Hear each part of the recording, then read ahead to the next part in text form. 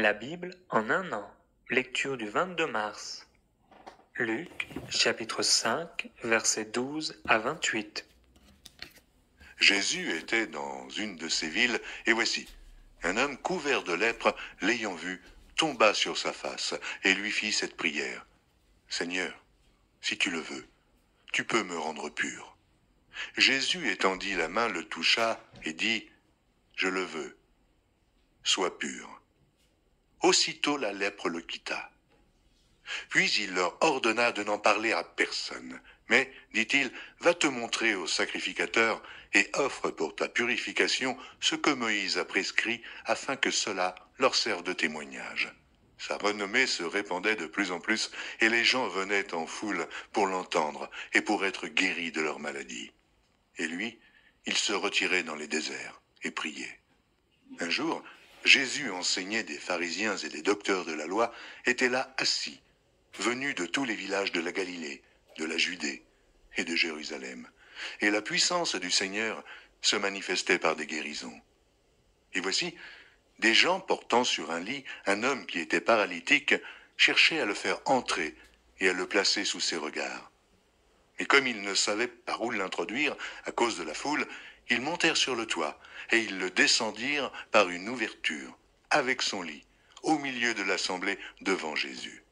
Voyant leur foi, Jésus dit, « Homme, tes péchés te sont pardonnés. » Les scribes et les pharisiens se mirent à raisonner et à dire, « Qui est celui-ci qui profère des blasphèmes?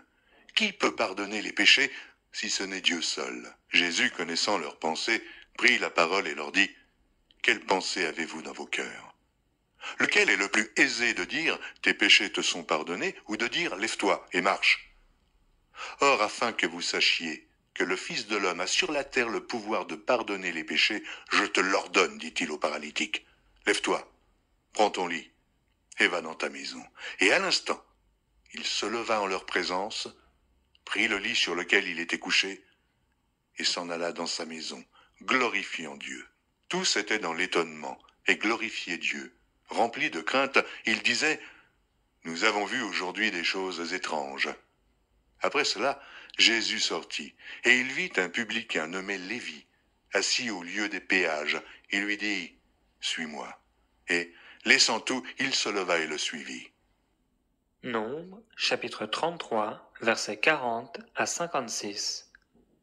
Le roi d'Arad, cananéen, qui habitait le midi du pays de Canaan, apprit l'arrivée des enfants d'Israël. Ils partirent de la montagne de Hor et campèrent à Tsalmona. Ils partirent de Tsalmona et campèrent à Punon. Ils partirent de Punon et campèrent à Oboth.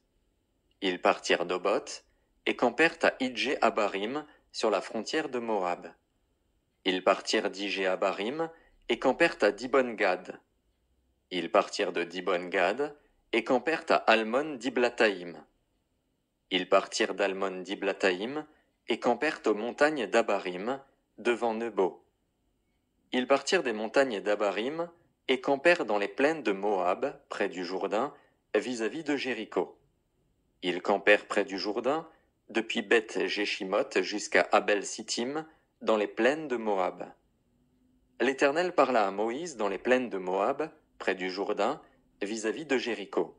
Il dit, « Parle aux enfants d'Israël, et dis-leur, lorsque vous aurez passé le Jourdain et que vous serez entrés dans le pays de Canaan, vous chasserez devant vous tous les habitants du pays, vous détruirez toutes leurs idoles de pierre, vous détruirez toutes leurs images de fonte, et vous détruirez tous leurs hauts lieux. Vous prendrez possession du pays, et vous vous y établirez, car je vous ai donné le pays pour qu'il soit votre propriété. Vous partagerez le pays par le sort, selon vos familles. À ceux qui sont en plus grand nombre, vous donnerez une portion plus grande, et à ceux qui sont en plus petit nombre, vous donnerez une portion plus petite. Chacun possédera ce qui lui sera échu par le sort. Vous le recevrez en propriété, selon les tribus de vos pères. Mais si vous ne chassez pas devant vous les habitants du pays, ceux d'entre eux que vous laisserez seront comme des épines dans vos yeux et des aiguillons dans vos côtés. Ils seront vos ennemis dans le pays où vous allez vous établir. Et il arrivera que je vous traiterai comme j'avais résolu de les traiter. Nombre, chapitre 34. L'Éternel parla à Moïse et dit, Donne cet ordre aux enfants d'Israël, et dis-leur, Quand vous serez entrés dans le pays de Canaan, ce pays deviendra votre héritage, le pays de Canaan, dont voici les limites. Le côté du midi commencera au désert de Tsin près d'Édom. Ainsi, votre limite méridionale partira de l'extrémité de la mer Salée vers l'Orient. Elle tournera au sud de la montée d'Akrabim, passera par Tsin et s'étendra jusqu'au midi de Kades Barnéa. Elle continuera par Hatsar Hadar et passera vers Hatzmon. Depuis Hatzmon, elle tournera jusqu'au torrent d'Égypte pour aboutir à la mer. Votre limite occidentale sera la Grande Mer, ce sera votre limite à l'Occident. Voici quelle sera votre limite septentrionale. À partir de la Grande Mer, vous la tracerez jusqu'à la montagne de Hor. Depuis la montagne de Hor, vous la ferez passer par Hamath et arriver à Tsedad. Elle continuera par Ziphron pour aboutir à Hatsarenan, ce sera votre limite au septentrion. Vous tracerez votre limite orientale de Hatsar-Enan à Shepham. Elle descendra de Shepham vers Ribla, à l'orient d'Aïn. Elle descendra et s'étendra le long de la mer de Kinneret, à l'orient. Elle descendra encore vers le Jourdain pour aboutir à la mer Salée. Tel sera votre pays avec ses limites tout autour.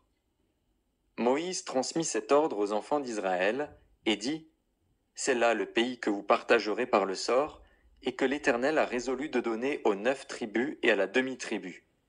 Car la tribu des fils de Ruben et la tribu des fils de Gad ont pris leur héritage selon les maisons de leurs pères. La demi-tribu de Manassé a aussi pris son héritage.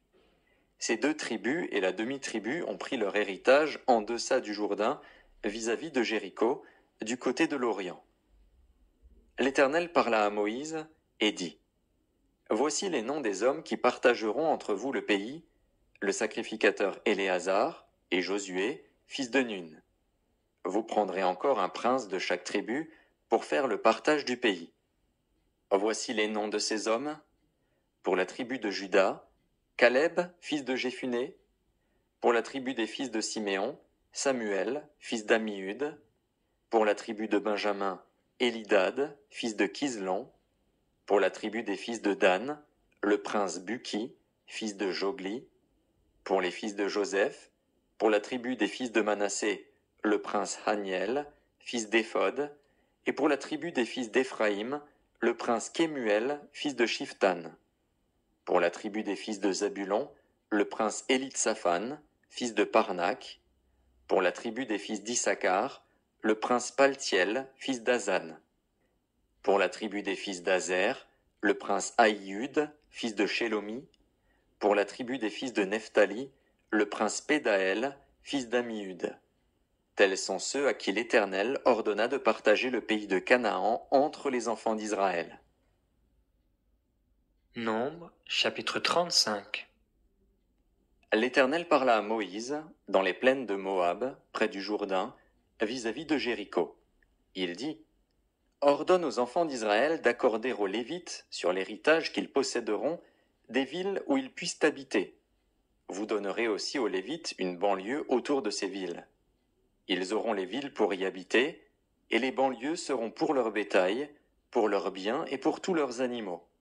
Les banlieues des villes que vous donnerez aux Lévites auront, à partir du mur de la ville et au dehors, 1000 coudées tout autour. Vous mesurerez, en dehors de la ville, 2000 coudées pour le côté oriental, 2000 coudées pour le côté méridional, 2000 coudées pour le côté occidental et 2000 coudées pour le côté septentrional. La ville sera au milieu. Telles seront les banlieues de leur ville. Parmi les villes que vous donnerez aux Lévites, il y aura 6 villes de refuge où pourra s'enfuir le meurtrier et 42 autres villes. Total des villes que vous donnerez aux Lévites, 48 villes avec leurs banlieues. Les villes que vous donnerez sur les propriétés des enfants d'Israël seront livrées en plus grand nombre par ceux qui en ont le plus, et en plus petit nombre par ceux qui en ont moins. Chacun donnera de ces villes aux Lévites à proportion de l'héritage qu'il possédera. L'Éternel parla à Moïse et dit, parle aux enfants d'Israël, et dis-leur, lorsque vous aurez passé le Jourdain et que vous serez entrés dans le pays de Canaan, vous vous établirez des villes qui soient pour vous des villes de refuge, où pourra s'enfuir le meurtrier qui aura tué quelqu'un involontairement. Ces villes vous serviront de refuge contre le vengeur du sang, afin que le meurtrier ne soit point mis à mort avant d'avoir comparu devant l'assemblée pour être jugé.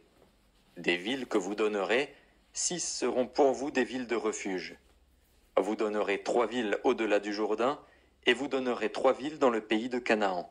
Ce seront des villes de refuge. Ces 6 villes serviront de refuge aux enfants d'Israël, à l'étranger et à celui qui demeure au milieu de vous. Là pourra s'enfuir tout homme qui aura tué quelqu'un involontairement. Si un homme frappe son prochain avec un instrument de fer, et que la mort en soit la suite, c'est un meurtrier. Le meurtrier sera puni de mort. S'il le frappe, tenant à la main une pierre qui puisse causer la mort, et que la mort en soit la suite, c'est un meurtrier. Le meurtrier sera puni de mort. S'il le frappe, tenant à la main un instrument de bois qui puisse causer la mort, et que la mort en soit la suite, c'est un meurtrier. Le meurtrier sera puni de mort. Le vengeur du sang fera mourir le meurtrier. Quand il le rencontrera, il le tuera. Si un homme pousse son prochain par un mouvement de haine, ou s'il jette quelque chose sur lui avec préméditation, et que la mort en soit la suite, ou s'il le frappe de sa main par inimitié, et que la mort en soit la suite, celui qui a frappé sera puni de mort. C'est un meurtrier. Le vengeur du sang tuera le meurtrier quand il le rencontrera. Mais si un homme pousse son prochain subitement et non par inimitié, ou s'il jette quelque chose sur lui sans préméditation, ou s'il fait tomber sur lui par mégarde une pierre qui puisse causer la mort, et que la mort en soit la suite, sans qu'il ait de la haine contre lui et qu'il lui cherche du mal, voici les lois d'après lesquelles l'Assemblée jugera entre celui qui a frappé et le vengeur du sang. L'Assemblée délivrera le meurtrier de la main du vengeur du sang, et le fera retourner dans la ville de refuge où il s'était enfui. Il y demeurera jusqu'à la mort du souverain sacrificateur qu'on a oint de l'huile sainte. Si le meurtrier sort du territoire de la ville de refuge où il s'est enfui, et si le vengeur du sang le rencontre hors du territoire de la ville de refuge et qu'il tue le meurtrier, il ne sera point coupable de meurtre, car le meurtrier doit demeurer dans sa ville de refuge jusqu'à la mort du souverain sacrificateur. Et après la mort du souverain sacrificateur, il pourra retourner dans sa propriété. Voici des ordonnances de droit pour vous et pour vos descendants dans tous les lieux où vous habiterez. Si un homme tue quelqu'un, on ôtera la vie au meurtrier sur la déposition de témoins. Un seul témoin ne suffira pas pour faire condamner une personne à mort. Vous n'accepterez point de rançon pour la vie d'un meurtrier qui mérite la mort, car il sera puni de mort. Vous n'accepterez point de rançon qui lui permette de s'enfuir dans sa ville de refuge et de retourner habiter dans le pays après la mort du sacrificateur. Vous ne souillerez point le pays où vous serez, car le sang souille le pays. Et il ne sera fait pour le pays aucune expiation du sang qui y sera répandu que par le sang de celui qui l'aura répandu. Vous ne souillerez point le pays où vous allez demeurer, et au milieu duquel j'habiterai, car je suis l'Éternel, qui habite au milieu des enfants d'Israël. Psaume chapitre 65. Au chef des chantres, psaume de David. Cantique. Avec confiance ô Dieu, on te louera dans Sion, et l'on accomplira les vœux qu'on t'a faits. Ô toi, qui écoutes la prière, tous les hommes viendront à toi. Les iniquités m'accablent, tu pardonneras nos transgressions. Heureux celui que tu choisis et que tu admets en ta présence pour qu'il habite dans tes parvis. Nous nous rassasierons du bonheur de ta maison, de la sainteté de ton temple. Dans ta bonté, tu nous exauces par des prodiges, Dieu de notre salut, espoir de toutes les extrémités lointaines de la terre et de la mer. Il affermit les montagnes par sa force, il est saint de puissance. Il apaise le mugissement des mers, le mugissement de leurs flots et le tumulte des peuples. Ceux qui habitent aux extrémités du monde s'effraient de tes prodiges. Tu remplis d'allégresse l'Orient et l'Occident. Tu visites la terre et tu lui donnes l'abondance, tu la combles de richesses. Le ruisseau de Dieu est plein d'eau. Tu prépares le blé quand tu la fertilises ainsi. En arrosant ses sillons, en aplanissant ses mottes, tu la détrempes par des pluies.